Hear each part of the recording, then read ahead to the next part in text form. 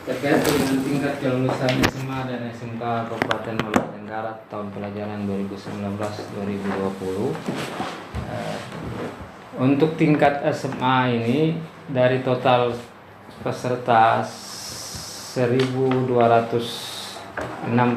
orang,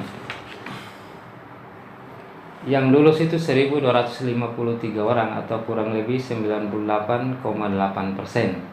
Sementara untuk siswa SMK, total peserta yang mengikuti ujian sekolah selesai di ujian sekolah sejumlah 450 orang.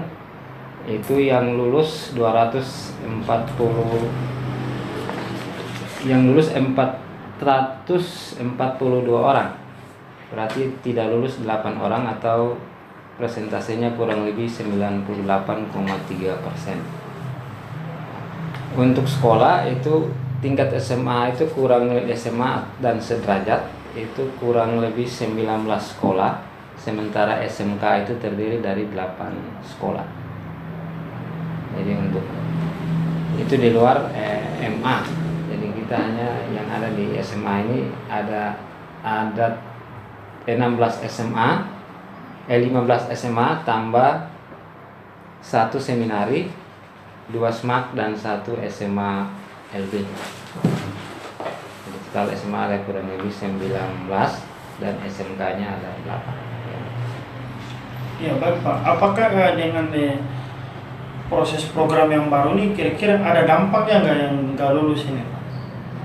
Dari data yang kami terima itu memang sebagian besar peserta yang tidak lulus ini siswa yang sebenarnya sudah tidak aktif, jadi memang tidak mengikuti ujian sekolah dan rata-rata juga tidak mengikuti semester terakhir atau semester kelima. Jadi dianggap siswa yang sudah DO, bukan berdasarkan penilaian lalu dia tidak lulus, hanya karena masih terbawa di data peserta ujian, makanya tetap dihitung sebagai peserta yang tidak lulus.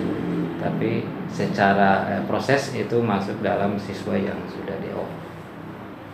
Begitu.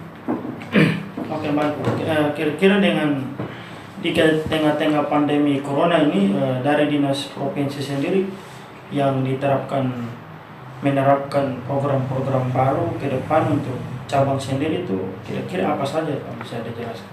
Iya baik, untuk program belajar di rumah yang sudah dicanangkan baik dari pemerintah pusat lewat Mendikbud sampai ke edaran kepala dinas provinsi, saya di Kabupaten Maluku Tenggara sampai dengan saat ini sudah kita laksanakan 2 kegiatan. Yang pertama itu kegiatan belajar dari rumah berbasis aplikasi Teams. Saya libatkan beberapa guru SMA di dalam kota Lambur. Kita siswanya bebas, jadi siswa baik yang ada di Maluku Tenggara, ada juga siswa dari Somlaki yang ikut bergabung, yang dari Kota Tua yang ikut bergabung. Prosesnya kita laksanakan setiap hari Selasa, Rabu dan Kamis. 1 minggu itu untuk mata pelajaran wajib bahasa Indonesia, matematika dan bahasa Inggris, sedangkan minggu berikutnya itu mata pelajaran peminatan baik di program IPS, sosiologi, geografi, ekonomi dan sejarah, maupun di IPA-nya itu matematika, biologi, fisika dan kimia. Sedangkan kegiatan kedua yang baru kemarin kami laksanakan mulai tanggal 2 Mei, kurang lebih 1 minggu, itu pelatihan guru berbasis aplikasi Teams juga untuk pengembangan profesi yang bersangkutan, baik dalam penyelesaian tugas administrasi maupun proses pembelajaran. Itu yang 2 kegiatan yang sudah saya lakukan sampai dengan saat ini. Apakah pemantauan dari dinas cabang sendiri, apakah pembelajaran tersebut sudah maksimal atau belum? Memang untuk yang pertama terkait dengan siswa itu belum semua siswa itu ikut terlibat. Secara ini saja yang ada dalam kota baru sekitar 30%. Jadi memang saya masih tetap berharap kepala sekolah untuk mampu menyampaikan informasi ini ke siswa dan mengajak siswa. Ini kan juga terkait dengan kebijakan sekolah, karena kita tahu bersama bahwa petunjuk pelaksanaan Juknis Pos itu kemarin ada perubahan dari Mendikbud melalui telegram Mendikbud itu bahwa harus ada intervensi dari dana BOS juga untuk proses pelaksanaan belajar dari rumah, baik itu ke guru maupun teristimewa ke siswa.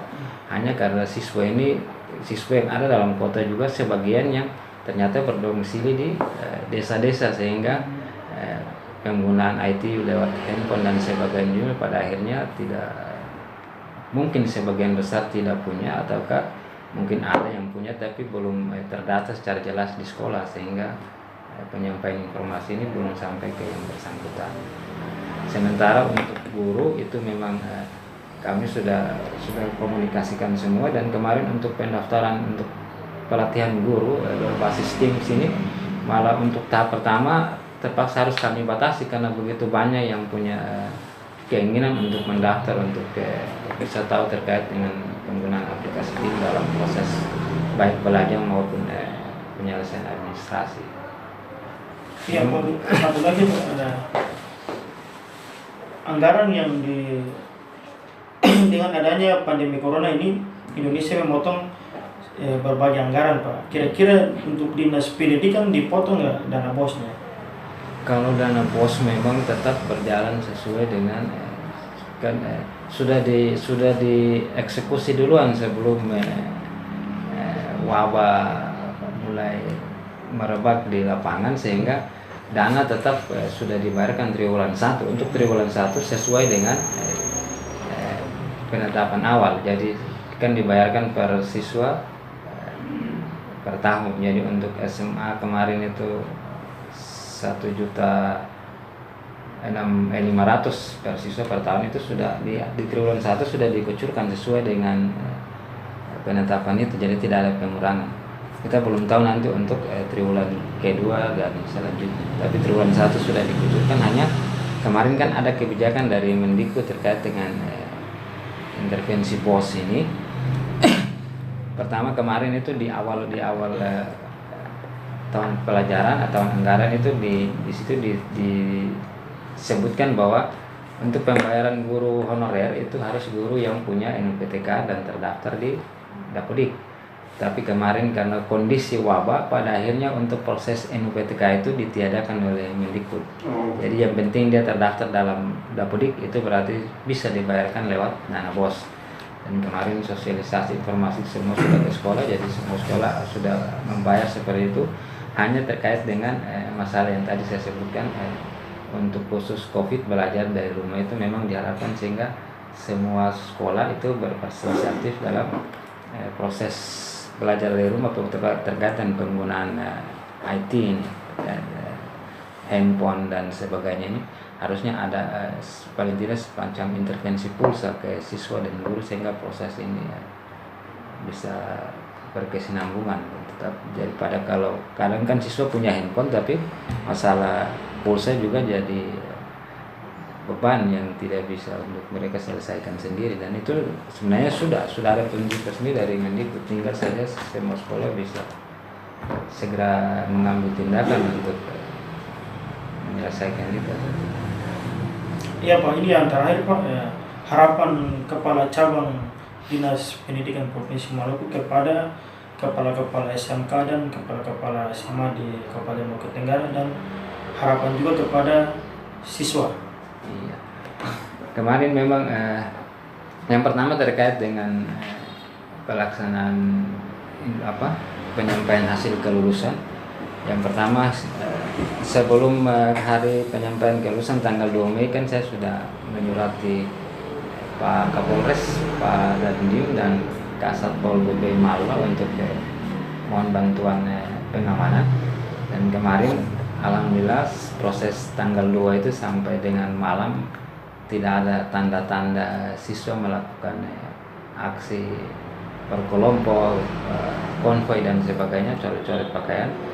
Itu saya sangat berterima kasih dan memberikan penghargaan kepada seluruh kepala sekolah, siswa dan lapisan masyarakat yang telah memahami betul kondisi negara saat ini terutama masalah COVID ini, sehingga kita harus tetap merujuk dan membantu pemerintah dalam pencegahan dan penanganan COVID-19.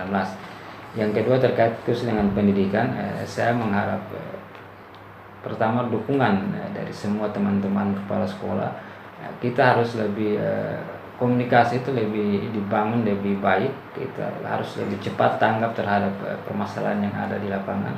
Semua informasi itu segera dilaporkan ke dinas, kita bisa langsung, yang bisa langsung kita ambil kebijakan, kita bisa selesaikan di sini, atau yang harus kita butuh petunjuk dari provinsi, laporkan ke provinsi, kita akan sampaikan. Yang penting komunikasi antara saya dan semua kepala sekolah, saya minta supaya lebih diintensifkan lagi.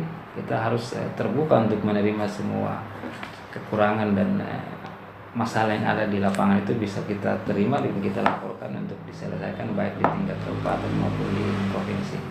Yang kedua, kepada semua siswa saya harapkan dengan kondisi sekarang tetap belajar di rumah, tetap di rumah, jaga dan laksanakan sesuai dengan SOP pencegahan dan penanganan COVID-19. Kita berdoa saja bersama sehingga wabah ini segera berakhir dan proses penyelesaian kenaikan kelas dan sebagainya itu sesuai dengan juknis sudah disampaikan ke semua sekolah. Nanti pada akhirnya kepala sekolah akan berpedoman pada juknis itu. Kita tunggu saja, mudah-mudahan sebelum kenaikan kelas ini semuanya sudah berakhir.